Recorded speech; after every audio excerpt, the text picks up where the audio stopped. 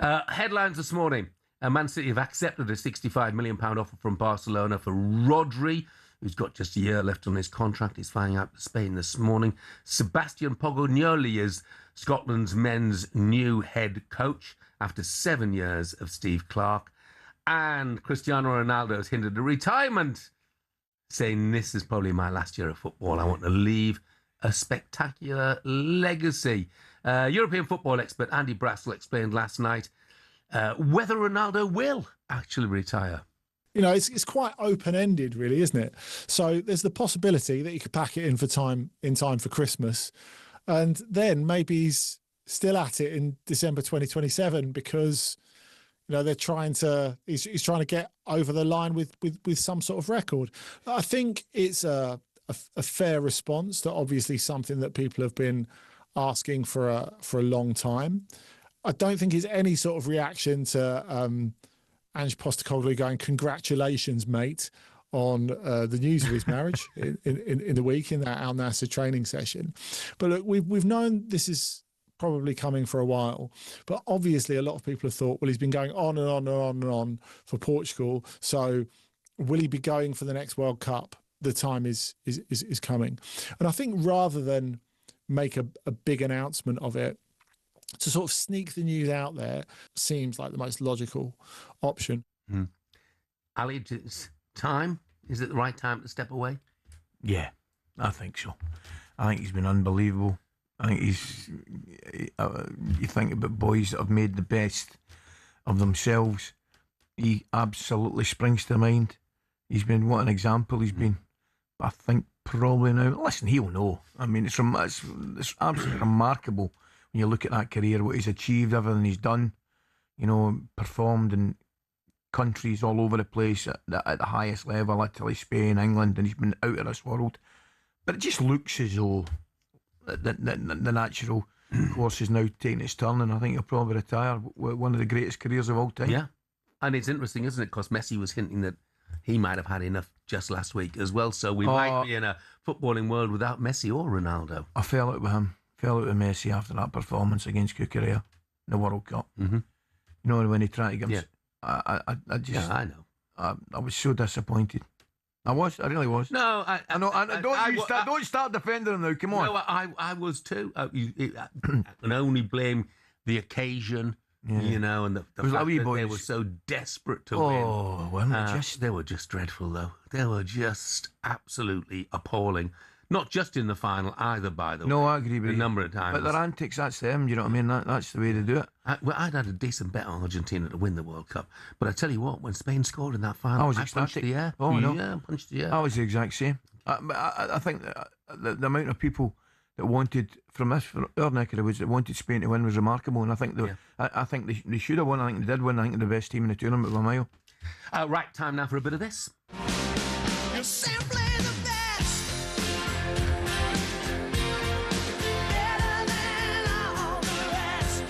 Yeah, a bit of the gloom lifted from my box yesterday. Derek McInnes winning at the fifth attempt, beating St Mirren 5-1 in the Scottish League Cup. That came just 3 days after Rangers' Europa League exit at the hands of the Polish side, Jagiellonia, which prompted this furious call from Mal, the Rangers fan, on Friday's breakfast show. The league is over already. It's in September, the first Old Firm game at Parkhead. And I've got 2 games left for the season. Hurrah! 2nd of January, Old Firm at Ibrox. Yeah. And then in the split, that's what's left. That's all that's left this year. And I'll take back Stevie G. Bring back Stevie G. I'll take him in a drop of a hat. The only man that can win Rangers the league again is Stevie G. And I'm sorry, Derek, good effort, but unlucky, mate. You're out the door by Halloween. But thanks for the horror shows. It's absolutely greatly appreciated. You know, good effort. And he's had 4 games at that stage. Do you know what I just took from that, right? Obviously, the caller's extremely disappointed and frustrated.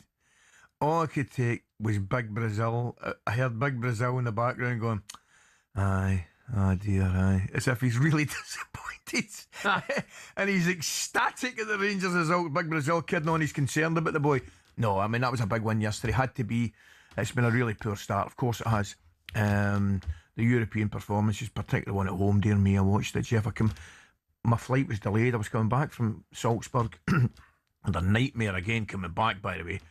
I was going to the Rangers game at night. My flight back into Luton to go up was an hour and a half late. Missed my connection.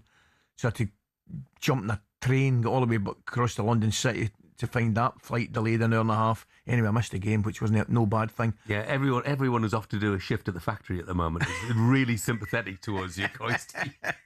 I was going to watch your football. The boys will know what I'm talking about here.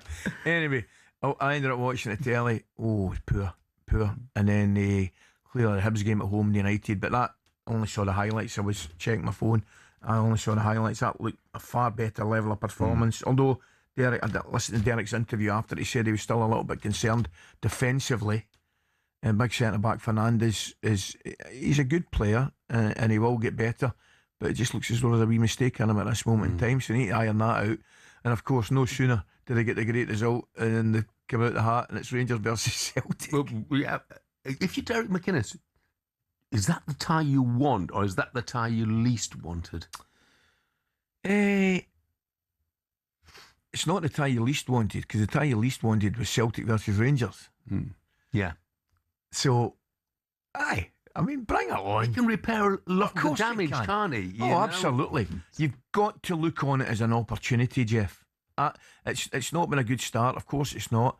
And it's horrendous couple injuries to Chermiti and Roman, the left fullback's done his calf out for about 8 weeks. So that, those injuries certainly haven't helped. But the level of performance hasn't been good enough. But all of a sudden you get a good result and an opportunity to play your biggest rivals. You must go and grab it with both hands. Look on it as a great opportunity. Yeah. And look, I know football fans are impatient, and I'm one of them, and we all get impatient. But you can't be making your decisions on the manager after 2, 3, 4 games. You just can't. Pompey Adam again. I was loving Ali's globe-trotting memories of the summer, Boston, Mexico, Iceland. He'll be travelling to some less glamorous outposts this season if following the mighty Jers and the Conference League. Yeah, that is. I know. I mind you, I'll settle for it. We've still got to win a game. Well, my son Matt, he's a big Brighton fan. Yeah. Of course, that's where they are this season as well. And their first game in the knockout round is in Tromsø, which I think is just the right side of the Arctic Circle. I mean, that's really north, isn't it? It's really, really north. Yeah. It's Norway, isn't it? Yes. Yeah. Yeah, it is. Yeah. And Shane from Yeovil says, "Morning, Jeff. Welcome back, Coisty, from your Guinness drinking pal, Shane." He said, by the way, Yeovil must have the record for conceding late goals after yet another draw they conceded in the 98th minute against Carlisle at the weekend.